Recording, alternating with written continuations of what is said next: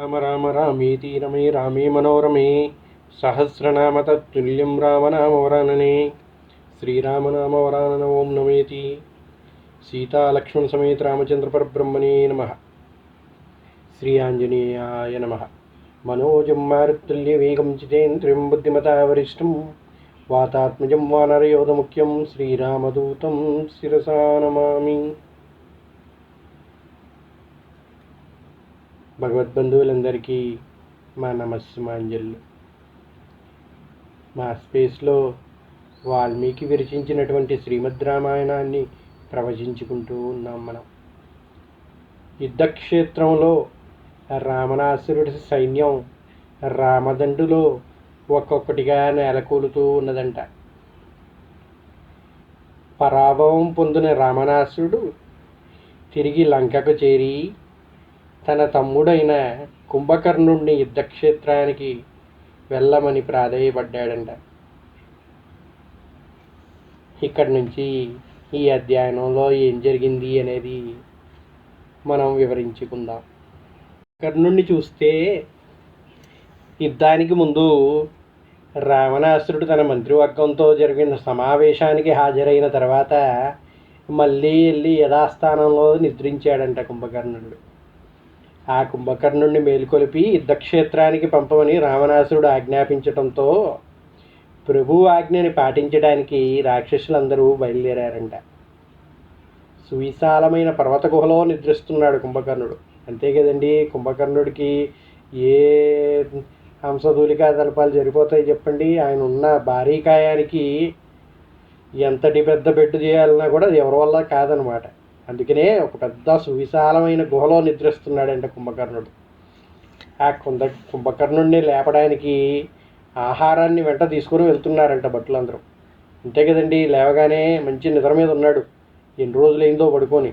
లేవగానే ఆకలి అవుతుంది, ఆకలి అవ్వగానే ఏది పెట్టలేదు అనుకోండి వాళ్ళందరినీ భక్షించేస్తాడు. అందుకనే నిద్ర లేవగానే ఆహారం అందించడానికి వేలాది రకాల భాండాలు, మాంసపు వాసాలు, జీవజంతువులు వెంటబెట్టుకొని వస్తున్నారు భటులు.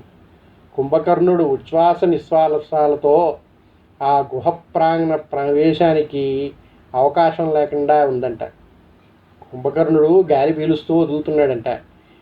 దాని ఎఫెక్ట్కి ఆ గుహలోకి ఎవరూ వెళ్ళే పరిస్థితి లేకుండా ఉందంట. అక్కడ అంతటి విశాలమైన గుహ అయినా కూడా ఆ ప్రవేశ ద్వారానికి ఏదో పెద్దగా గాలి దుమ్ము వస్తున్నట్టుగా ఉందంట. ఆయన గాలి వదులుతూ ఉంటే, ఆయన గాలి లాగుతూ ఉంటే అంతా మొత్తాన్ని లాగేసుకుంటున్నట్టుగా ఉందంట. అటువంటి పరిస్థితుల్లో లోనకెళ్ళటమే కష్టంగా ఉందంట.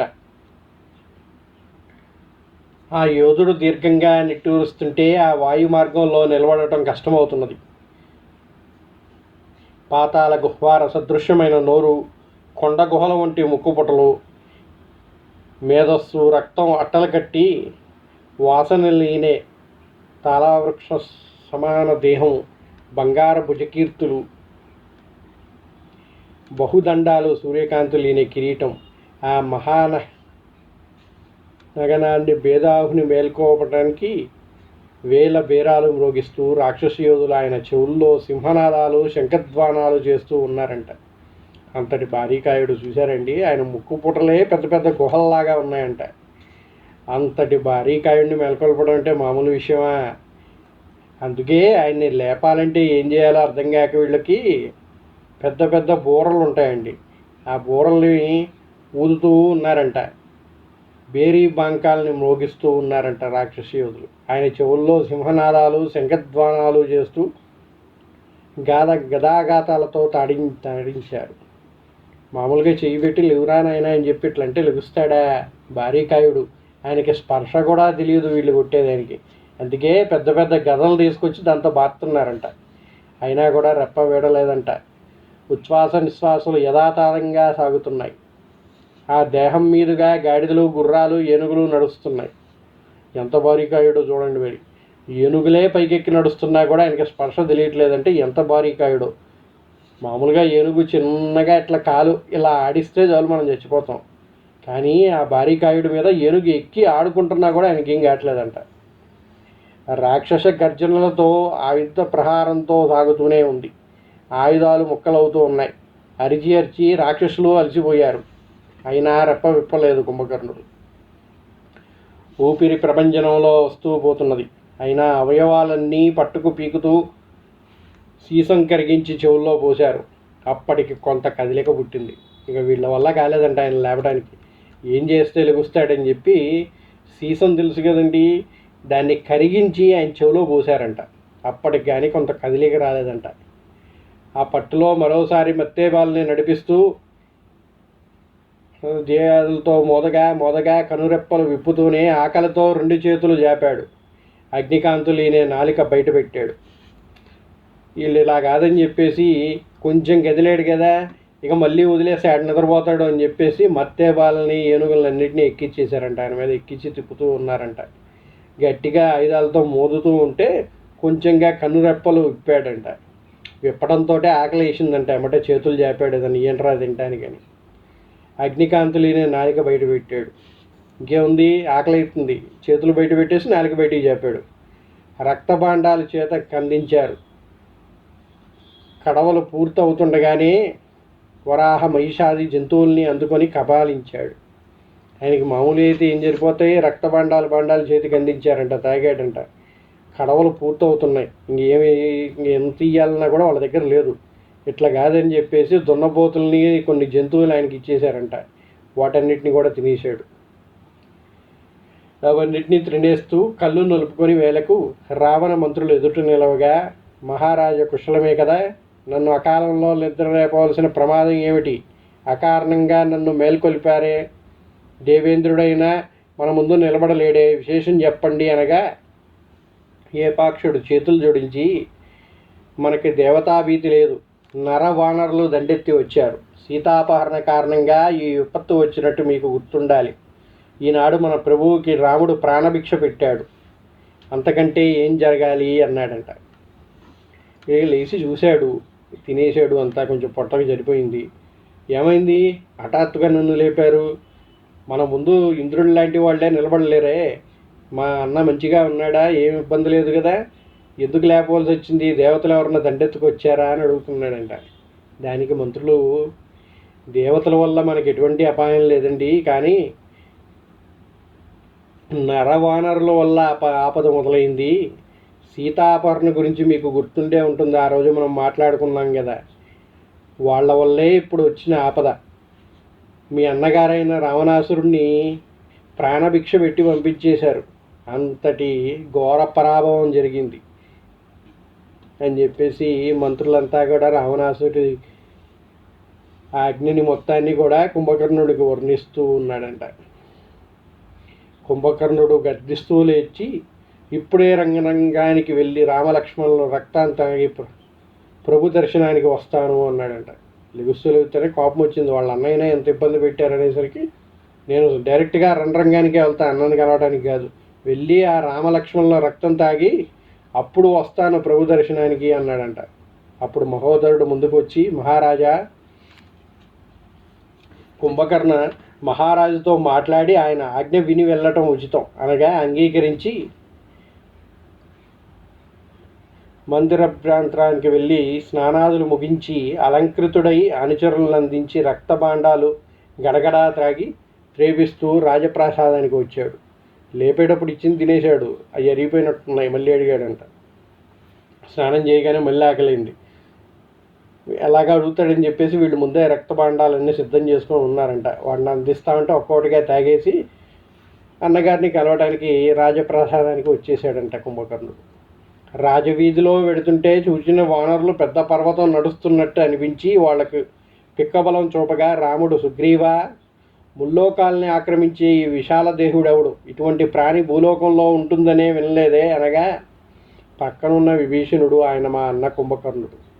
యముడు, ఇంద్రుడు కూడా వీని ముందు నిలబడలేరు, రాక్షసాంకంలో వీని మించిన వాడు లేడు. ఆ భీకరాగ్ని గోళాల వంటి కన్నులతో శూలపాణి రణరంగానికి వస్తే మృత్యువు తాండవిస్తుంది. వీని శక్తి సహజంగా వచ్చినదే తప్ప ఏ వరప్రభావం కాదు. వీడు నేల మీద పడి కన్నా తెరిచిన మొదలు ప్రాణకోటిని భక్షిస్తూనే ఉంటాడు అని చెప్తున్నాడంటే విభీషణుడు. వాడు మా అన్నగారండి, వాడి పేరు కుంభకర్ణుడు. వాడు వచ్చాడంటే చాలు వాడు పడుకున్నా లేచున్నా కూడా ప్రాణకోటిని భక్షిస్తూనే ఉంటాడు, ఖాళీగా ఉన్నాడు. అటువంటి వాడిని ఎదిరించడం యముడు వంటి వారికే, ఇంద్రుడు వంటి వారికి కూడా ఎవరి వల్ల కాదు. వాడు వచ్చాడంటే చాలా ప్రాణ నష్టం జరుగుతుంది అని చెప్పాడంట.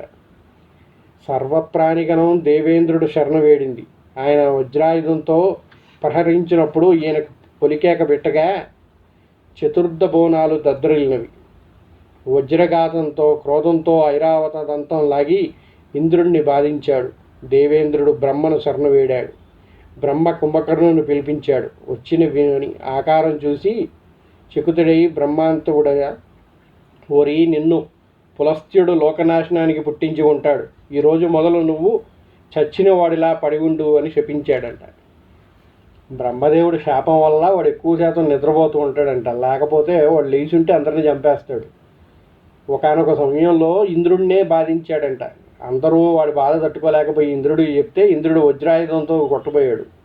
దానికి కొంచెం కోపం వచ్చింది. ఏం కాలేదు, వజ్రాయుధంతో కొట్టినా కూడా చిన్న దెబ్బ తగిలి కొంచెం అరిచాడంట. అరిచి వీడి సంగతి ఎట్లుందా అని చెప్పేసి ఇంద్రుడి దగ్గర ఉన్న ఐరావతం ఉంది కదండి, భారీ ఏనుగు, ఆ ఏనుగు దంతాన్ని విరిచి దాంతో ఇంద్రుడిని కొట్టాడంట. ఇంద్రుడు ఆ దెబ్బ తట్టుకోలేక బ్రహ్మ దగ్గరికి వెళ్ళాడంట. బ్రహ్మ కుంభకర్ణుడు పిలిపించి, నిన్న పులస్త్యుడు లోకనాశనానికి పుట్టించి ఉంటాడు అన్నాడంట. ఈరోజు మొదలు నువ్వు చచ్చిన వాళ్ళ పడి ఉండు అని శపించాడంట. వీడు లెగిసుంటే చాలా కష్టం, ఈ లోకాలన్నీ కూడా నాశనం అవుతాయి. పులస్త్యుడు వీడిని కేవలం నాశనం కోసమే పుట్టించినట్టు ఉన్నాడు, వీడెలా ఉంటే కష్టం అని చెప్పేసి బ్రహ్మదేవుడు శపించాడంట. నువ్వు చచ్చిన వాళ్ళ పడిండు అని. ఈరోజు మొదలు నువ్వు చచ్చిన వాళ్ళ పడి ఉండు అని చెప్పించాడు. అంతే. ఈయన అక్కడ నిద్రలో పడి వార్తను విని లంకేశ్వరుడు వెళ్ళి, తాత మనవను మీద అంత క్రోధమా? ఫలించే సమయంలో వృక్షానికి మొలొచ్చేదా చేస్తావా? నీ శాపానికి తిరుగులేదా? అయితే వీడికి అన్నపానాదులు తీసుకునే అవకాశం అనుగ్రహించు అని ప్రార్థించాడంట. ఆయన రావణ, వీడు 6 మాసాలకు ఒక మారు నిద్రలేచి ప్రాణకోటిని భక్షించి మళ్ళీ నిద్రలో ఉంటాడు అని అనుగ్రహించాడు బ్రహ్మదేవుణ్ణి. మరి బ్రహ్మదేవుడు కొడుకే కదండి ఈయన, రావణాసుడు కూడా మనవుడే కదా. పోయి మళ్ళీ అడిగాడంట, ఎందుకు ఇలా చేసావు అయ్యా, ఆయన లేకపోతే ఎలాగా, మాకు చాలా ఇబ్బందులు వస్తాయి కదా, వాడికి కనీసం ఆహారం తీసుకునే అవకాశం ఇవ్వమని అడిగాడంట. దానికి బ్రహ్మ, సరే 6 నెలలకు ఒకసారి లెగుస్తాడు, లెగిసినప్పుడు వాడికి దొరికిందల్లా తినేస్తాడు, ప్రాణకోటిని భక్షించేస్తాడు, మళ్ళీ నిద్రలో పడుకుంటాడు అని చెప్పాడంట. వీడెప్పుడు లేవవలసిన వాడు కాదు, అయినా తన పరాభవం కారణంగా ఆయన నిద్రలేపించాడు. అయితే ఈ కుంభకర్ణుడు ప్రాణం కాదని యంత్రమని మన సేనలకు ధైర్యం కల్పించి నిలబెట్టాలి అని చెప్పాడంట. వీడి గురించి తెలిస్తే మన వానర సైన్యం వల్ల బీతిల్లిపోతుంది. అందుకని వీడు మనిషి అనే విషయం వాడికి చెప్పకూడదు, ఒక యంత్రం అని చెప్దాం, దాంతో కొంచెం వాళ్ళకి ధైర్యం వస్తుంది అని చెప్పాడంట విభీషణుడు. అయితే కుంభకర్ణుడు 6 నెలలకు ఒకసారి లెగుస్తాడంట. ఇంత ముందే ఒకసారి లేపాడు కదా రావణాసుడు. లేపి యుద్ధం గురించి సన్నాహాలు మొదలయ్యేటప్పుడు ఏమేం చేస్తాం అనేది చర్చించడానికి కుంభకర్ణుడిని లేపాడు. లేపిన తర్వాత మళ్ళీ కుంభకర్ణుడు నిద్రలో జారుకున్నాడు, ఎందుకంటే బ్రహ్మ ఆ విధంగా శపించాడు కనుక. ఏమంటే మళ్ళీ 6 నెలల వరకు లేవడం.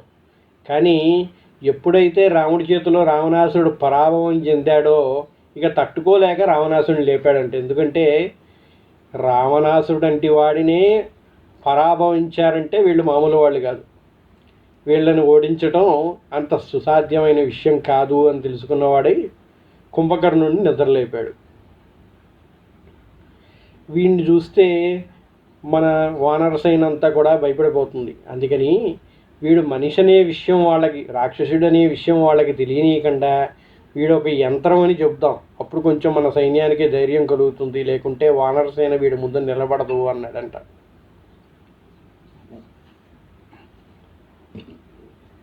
రాముడు తన సేనాపతి నీలుని పిలిచి లంకానగర ద్వారాలన్నీ సేనలతో బంధించమన్నాడు. గజ గవాయ గవాక్ష హనుమంతుల ద్వార నిరోధక సన్నాహాలు చేశారు. రాజమార్గాన నడిచే కుంభకర్ణుడు పూలవానతో ముంచెత్తుతున్నారు రాక్షస నారీగణులు. యోధులందరూ జయ జయధ్వానాలతో ఆయన వెంట నడుస్తూ ఉన్నారు. సభాభవనానికి వచ్చిన కుంభకర్ణుడు ఎదురు వెళ్ళి రావణుడితో సంతోషంతో గాఢాలింగనం చేసుకున్నాడు. కుంభకర్ణుడు అన్నగారి పాదాలకు అభివాదం చేసి ఆయన చూపిన ఆసనం అలంకరించాడు. లంకేశ్వర, అకాలంలో నన్ను లేపవలసినంత చికాకు నీకు కలిగించిన దురాత్ముడెవడు? వాడు ఇప్పుడే నేల కూల్చి వస్తాను అన్నాడు. రావణుడు, తమ్ముడు, యుద్ధ పరిస్థితి జరిగినాడు నువ్వు ఉన్నావు. అప్పటికి రాముడు సముద్రానికి ఆవల ఒడ్డున ఉన్నాడు. ఇప్పుడు సాగరానికి వారధి కట్టి వానరసేనతో దిగి సర్వనాశనం చేస్తూ ఉన్నాడు. మన కోశాగారం శూన్యమైంది. ప్రహస్తాదులు కన్ను మూశారు. ఇప్పుడు నువ్వు తప్ప ఈ విపత్తు నుండి కాపాడేవారు లేరు. దేవదానవులు గడ్డిపోచలుగా భావించే నువ్వు శత్రునాశనం చేసిరా అన్నాడు. జరిగిందంతా చెప్పాడంట. యుద్ధ పరిషత్తు జరిపిన రోజు ఒక్కరోజు నువ్వు ఉన్నావు. తర్వాత ఏం జరిగిందనేది నీకు తెలియదు. ఆ యుద్ధ పరిషత్తు జరిగినాటికి ఈ రాముడు అనేవాడు సముద్రానికి అవతల పక్క ఉన్నాడు. వాడు ఇక్కడ దాకా వస్తాడని కూడా మనం ఎవరూ ఊహించలేదు.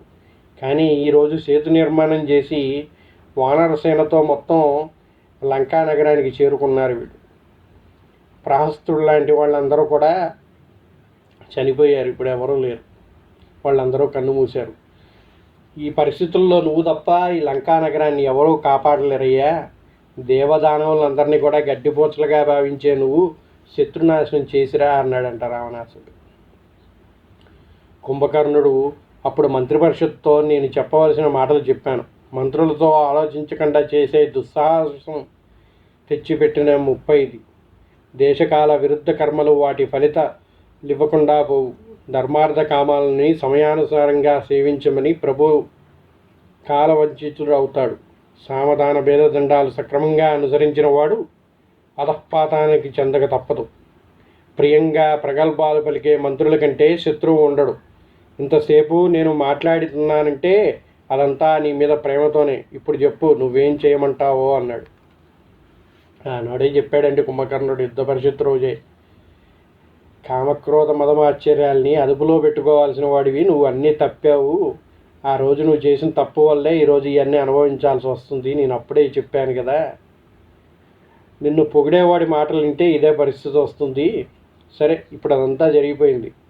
నీ మీద ప్రేమ ఉన్నవాడిగా నీకు సహాయం చేయడానికి సిద్ధంగా ఉన్నాను. ఇప్పుడు ఏం చేయమంటావో చెప్పు అన్నాడంట కుంభకర్ణుడు. కుంభకర్ణుడు చెప్పిందంతా విన్నాడు. కుంభకర్ణ, ఏమిటి ఉపదేశం? నాకు గురువువా ఆచార్యుడివా? నేను చెప్పింది చేయడం నీ కర్తవ్యం. గతాన్ని తవ్వకు.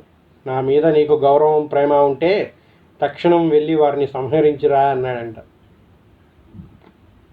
రావణుడికి కోపం వచ్చింది. కుంభకర్ణుడు అన్నీ చెప్తున్నాడు, నీతి వాక్యాలు చెప్తున్నాడు, నాకు చెప్పే అంత పెద్దవాడు వీడు అని చెప్పి కోపం వచ్చి, ఏమిటి నాకే ఉపదేశం చేస్తున్నావా? నువ్వేమన్నా నాకు గురువువా ఆచార్యుడివా? నేను చెప్పింది చేయటమే నీ పని, వెళ్ళి చేసుకురా అన్నాడంట. ఒకసారిగా గద్దించాడు రావణుడు. కుంభకర్ణుడు, మహారాజా, నేను నీ మాట కాదనలేదు, యుద్ధం అనలేదు. సోదర స్నేహంతో ఇంత మాట్లాడాను. ఈనాడే రామలక్ష్మణులు నా చేతుల్లో మరణిస్తారు. వానరసేనలు పలాయనం చేస్తాయి. రాముని శిరస్సు నీ పాదాల మీద పెడుతుంది. అప్పుడు సీత నిన్నే వరిస్తుంది. ఒక్కటి మాత్రం నిజం, ఈ కుంభకర్ణుడు జీవించి ఉండగా రాముడు నీ వైపు కన్నెత్తి చూడలేడు. ఈ త్రిశూలంతో నిలిచిన నా ఎదుట యమ, వరుణ, కుబేర, ఇంద్రులే నిలబడలేరు. ఈ శూలం కూడా అనవసరం. సముద్రాలు త్రాగగలను, పర్వతాలు పిండి చేయగలను. వెడుతున్నాను. వానరుల రక్తమాంసాలతో ఈ కడుపు నిండుతుంది. ఈవేళ నువ్వు హాయిగా వారిని మధుపానం చేసి సుఖంగా ఉండు అని చెప్పాడంట కుంభకర్ణుడు. యుద్ధం చెయ్యను అని అనట్లేదయ్యా, చేస్తాను యుద్ధం. నీ మీద స్నేహంతో ఒక అన్నవి గనక ఇంతవరకు చెప్పాను. సరే, ఇక జరిగింది ఏదో జరిగింది. నేను వెళ్తాను. వెళ్ళి ఆ రావణ్ణి సంహరిస్తాను. ఎప్పుడైతే రావణ్ణి సంహరిస్తానో ఆ వానరులందరూ కూడా పలాయనం చిత్తగిస్తారు. నా ముందు పెద్ద పెద్ద వాళ్ళే నిలబడలేరు. ఈ రాముడు ఎంత, ఆ శిరస్సుని తీసుకొచ్చి నీ పాదాల మీద వేస్తాను అన్నాడంట. నాకు కూడా చాలా ఆకలిగా ఉంది, పోయి ఆ వానర సైన్యంలో సగాన్ని తినేసి వస్తాను అన్నాడంట. ఇక మహోదరుడు, కుంభకర్ణ, నిరంతరం నిద్రలో ఉండే నువ్వు రాజనీతి బోధించగల సమర్థుడువా? దేశకాలాలను నువ్వు వివరించవలసిన స్థితి ఇప్పటి లేదు. పురుషార్థాలు అనుభవించడానికి సమయాలు ఉంటాయి. అసలు వాటిని నిర్ణయించే సాధనం లేదే. ఒక్కటి మర్చిపోకు, సర్వపాపకర్మలు శ్రేయఫలే ఇస్తాయి. అందులో కామకర్మ విపహారాలు 2 ఇస్తుంది. ధర్మార్థాలు నీ శ్రేయస్సుని మాత్రమే ఇవ్వగలవు. ఇది మన ప్రభువు భావం. నువ్వు ఏకాకిగా పెడుతుంటున్నావు.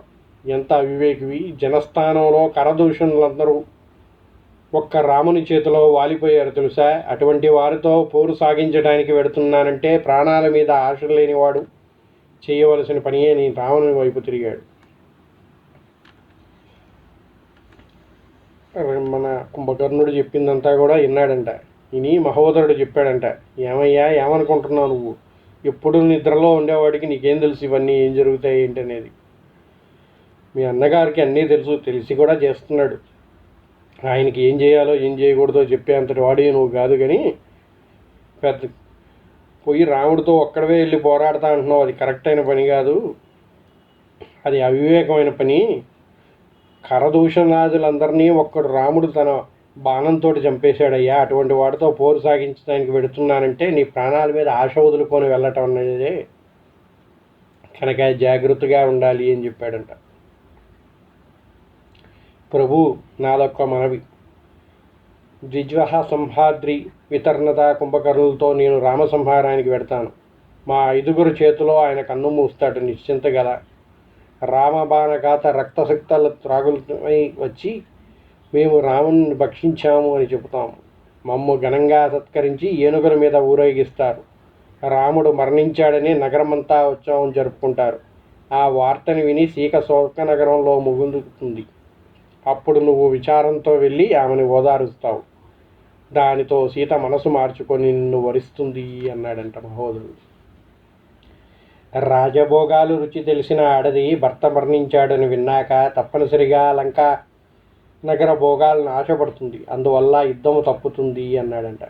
కుంభకర్ణుడు, ప్రభు, వర్షమేఘాలు అధికంగా గర్జించవు. నేను వెళుతున్నాను రాముని కడతీర్చడానికి. ఈ మహోదరుడు ఊహ నాకు రుచిగా లేదు. అధిక ప్రసంగం అనవసరం. నేనేం చేస్తానో క్షణాల్లో వింటావు అని తిరిగి, మహోదరా, నీ వంటి మూర్ఖుల వలె ప్రభువులు నాశన పదం పడతారు. మీరు మిత్రరూప శత్రువులు. లంకానగర కోశాగారం సేనాబలం ధ్వంసం చేసి రాజమాత్ర విశేషం చేశారు. మీరు చేసిన ఈ కార్యాన్ని నేను చక్కబరచాలి అన్నాడంట. రావణుడు కూడా, తమ్ముడు, ఈ మహోదరుడు రాముడికి భయపడి ఇంత మాట్లాడాడు. ఇప్పుడు నీకంటే నాకు ఆప్తుడు శ్రేయోభిలాషి లేడు. వెళ్ళి వారి రక్తం త్రాగిరా. నిన్ను చూస్తేనే వానరులు పారిపోతారు. ఆయన ఒంటరిగా వెళ్ళకు.